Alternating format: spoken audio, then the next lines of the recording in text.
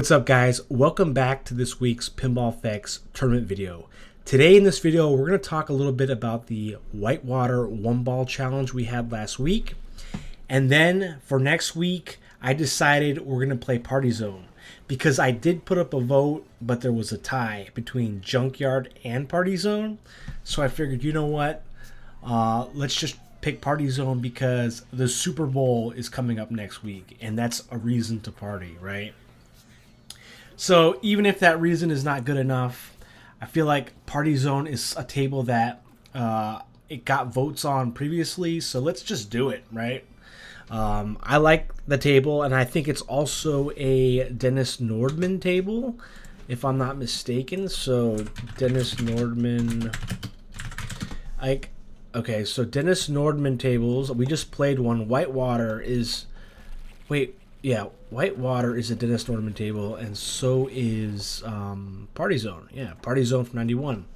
So I guess it would make sense to do more Dennis Nordman tables.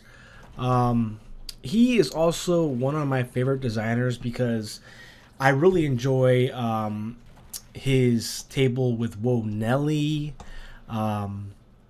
He also created Demolition Man, Pirates of the Caribbean, Dr. Dude, Elvira and the Party Monsters, Party Animal from '87. So he's he's probably not as known as other pinball designers like Steve Ritchie or Pat Lawler, but he definitely has quite a handful of tables that are really stand out, right? Like the Elvira and the Party Monsters, for example. But I want to talk to you about something that Moonface Matty wrote in the comment section, and it was actually really nice. He was basically talking about how Whitewater, how the table became special to him, and it reminded me of the same thing I think most people who enjoy pinball might relate to. So Moonface Matty was saying that when he first started playing pinball, he just kind of played, passively, right? Just to play. And I think that's how a lot of us learn to enjoy pinball.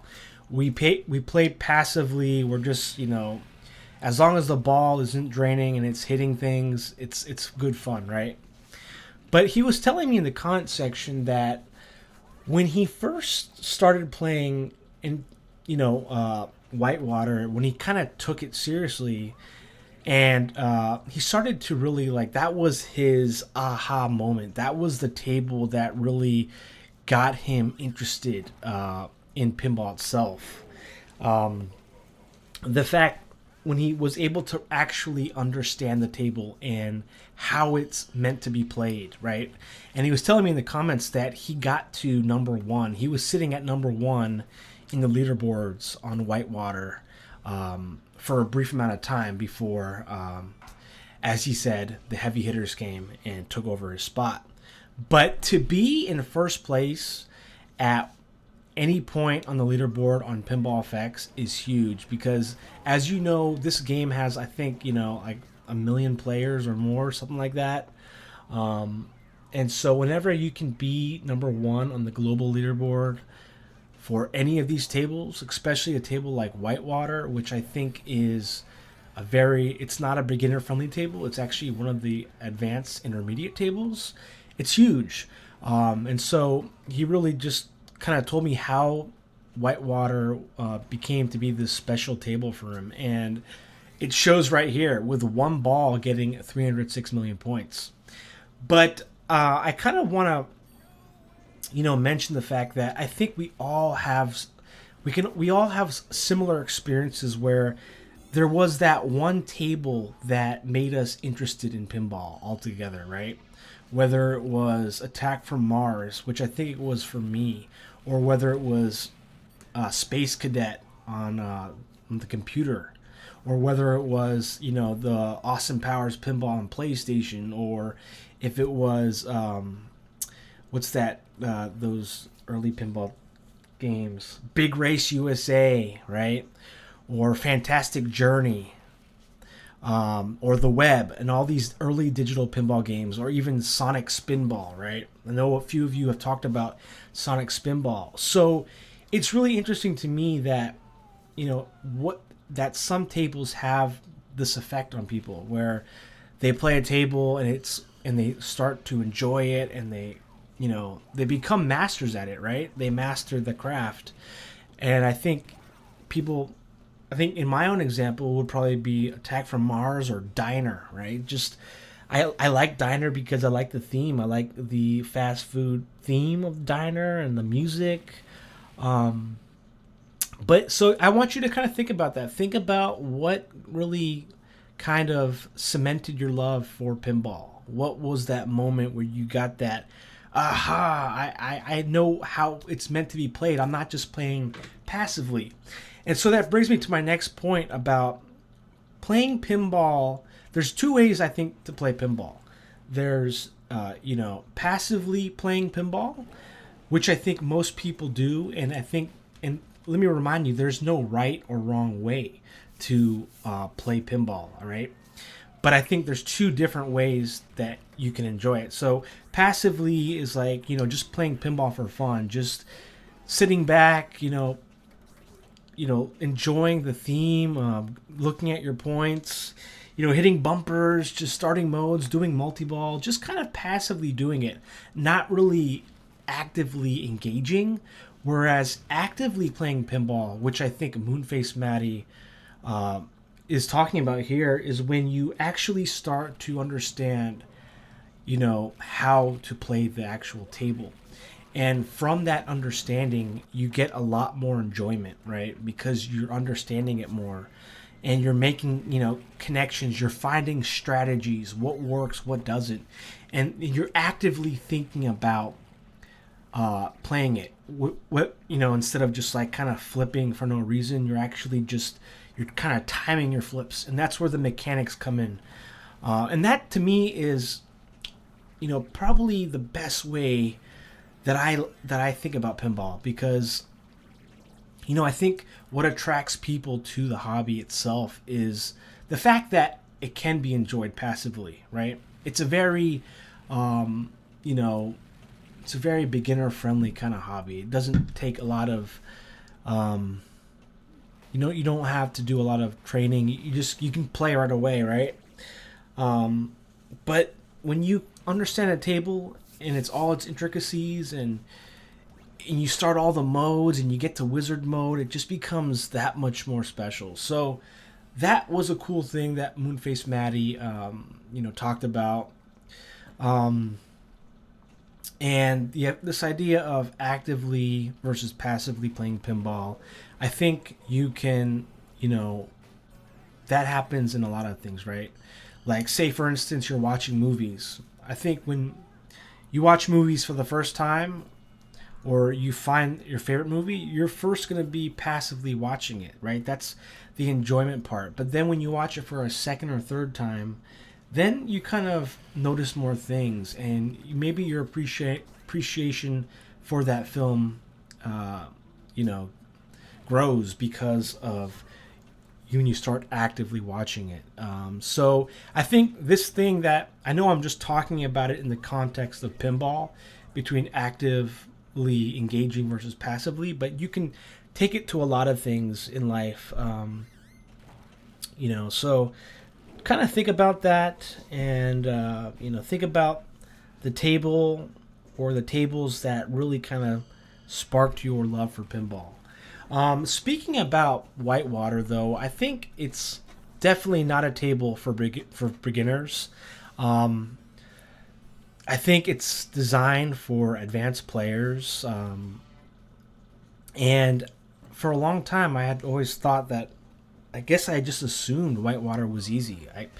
But this week playing it was the first time that I actually I never got to Wet Willies, which is the wizard mode, but I finally understood things that I had never saw before. Like, I understood like the timing of the upper flipper to hit Insanity Falls and the whirlpool.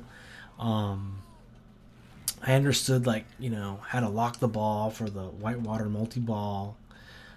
So it's a table that it's difficult, and one ball is probably something that this score here that you see with one ball is crazy. I mean, but I actually played a lot of single player just because I was having trouble with this table, and I think the tournament nerves got to me. The tournament nerves definitely got to me, where I just don't have those same nerves on like when I have unlimited attempts, right? Because I'm more relaxed when I'm playing. So, but I think it's good to have these 10 attempts, because I think that's something that if you want to be a good pinball player, that's something that you have to to deal with is tournament anxiety or tournament nerves. And I guess part of the fun about tournaments with limited attempts is kind of finding ways to alleviate that tournament anxiety. So I remember Krabs was telling me about how he would like chew on hard candy, and so I didn't do that this time, but maybe if I did, I would have done better. And so pinball is a lot. It's a mental game as well as it is hand-eye coordination. So I think that's a cool aspect that I just thought about right now. How you kind of how do you deal with your tournament anxiety, right? But I did practice. I did better on solo. I think I got like 64 million on solo. And I think I played a lot of 3-ball classic just to sort of get to know the table more. And I think that's what I like to do, especially on a 1-ball challenge, because the rules are different with 1-ball. And, when you play with 3-ball, I think it gives you a little more of an idea because, you can kind of find out more things about the table. But that was Whitewater. I'm glad that you enjoyed it. I didn't think anyone was going to beat Moonface Matty. Excuse me. I didn't think anyone was going to do it, but I had hopes. His score was actually like 100 something, and then now it's 306 million with 1 ball. So that's crazy good. I mean, that is a score that I'd be lucky to get with 3 balls and an extra ball. You know what I mean? So congratulations to Moonface Matty for that first place score of 306 million. But we do have a close second place contestant with Carpy Sun with 123 million. So Carpy Sun gave a valiant effort there. 123 million, also very good. I'm pretty sure that 1-ball score would be in the top 100. So both of these would be in the top. I know they've got to be in the top 100 at least. Congratulations to you, Carpy Sun, for that awesome second place score. In third place, we have my friend from across the pond, Max Velocity, with 60 million points. Always good to see Max in the tournaments. I recently played in one of his tournaments. He had one on, it was on Earthshaker. So when I scrolled down the list and I saw Max Velocity, made sure to join his tournament. And that's what I do. So if you guys, want to tell me if you're hosting any, just let me know. But if not, if I find your tournament, I'm always going to, play in them if I'm familiar with your name, because that's how I enjoy playing, and I want to participate in your guys' tournaments too. So in fourth place, we have UTD 4000 with 56 million. Very close there to Max Velocity. Also a really good score. Bouchy has been telling me throughout the week that he's had a lot of contests with UTD in the grand tournaments. So the grand tournaments are the ones hosted by Zen, which I have not played, but I'm thinking I should, because Bouchy was saying he was in first place in one of them. So I'll have to look at that. But underneath UTD 4000, we have Gapvic from Canada with 48 million points. And so that's also a good score. Gapvic and I are kind of similar in that we don't really like the limited attempts, because I think Gapvic was telling me too that he kind of uses them up fast. And I think I used mine up pretty, I wasted, it almost felt like I wasted like 8 attempts, 8 or 7 attempts just trying to get a decent score. And so I saved my last attempt until like the day before the end of the tournament. In sixth place, below Gatwick, we have Balchi99, my arch nemesis, with 41 million points. Also a good score, really close to Gatwick there, 7 million differential. Underneath Balchi, we have Michael underscore 363, aka Dracky, with 36 million points in seventh. Shout out to Dracky. In eighth place, we have Bad Jack Daniels with 28 million points. Congratulations to Bad Jack, that 28 million. Underneath him was me with 12 million points. I tried to beat Bad Jack's score, but I could not do it. And I think it's because even though I practiced enough in the single player, I just think the tournament anxiety got to me. Plus, this table is difficult. Let's be honest. This is a tough table. I think it's one of those tables that definitely has a straight down the middle kind of drain to it, right? Where you need to nudge.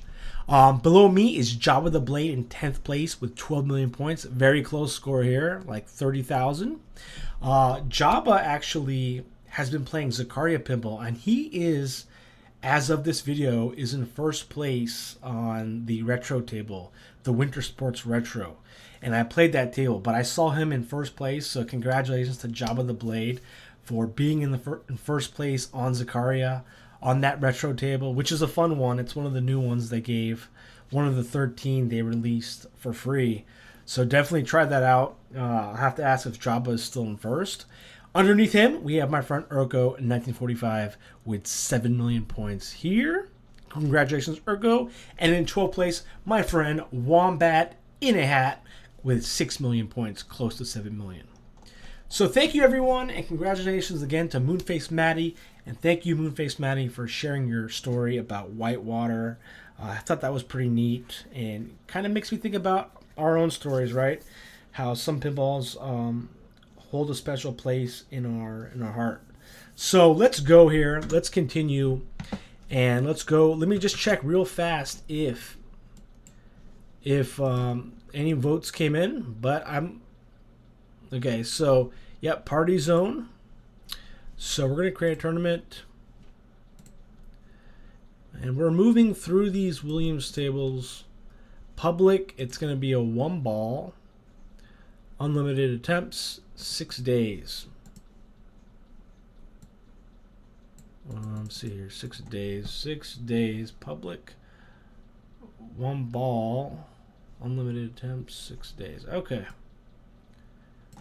Let's go here. So hopefully, I think it'll be a lot easier because the scoring is definitely not the same. It might be kind of similar. It's not a high scoring table, but I think with unlimited attempts, we'll have a lot, better scores here. So here is the ID PKHG, and let's go. All right, let's go to the Party Zone. This is a table, I know I say this all the time, but I would love to play one of these, especially Party Zone, because all the toys, like, what do they call him? Captain Bizarre? Plus, you got the jumper bumpers. You also have the jumper bumpers that were made popular in Elvira and the Party Monsters.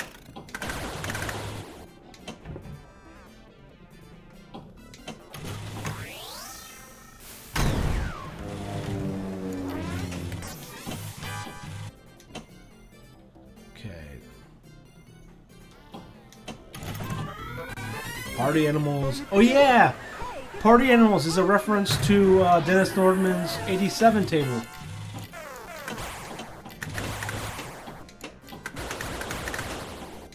And plus you see references to other tables as well, like Dr. Dude.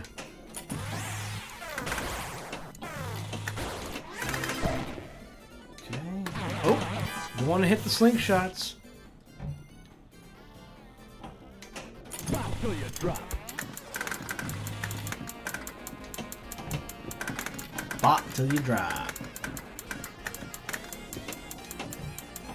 No! I should have nudged. What am I doing?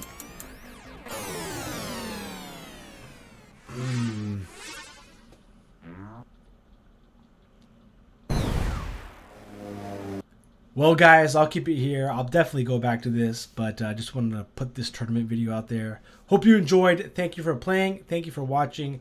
And have fun this week with this one ball challenge on Party Zone. Till next time.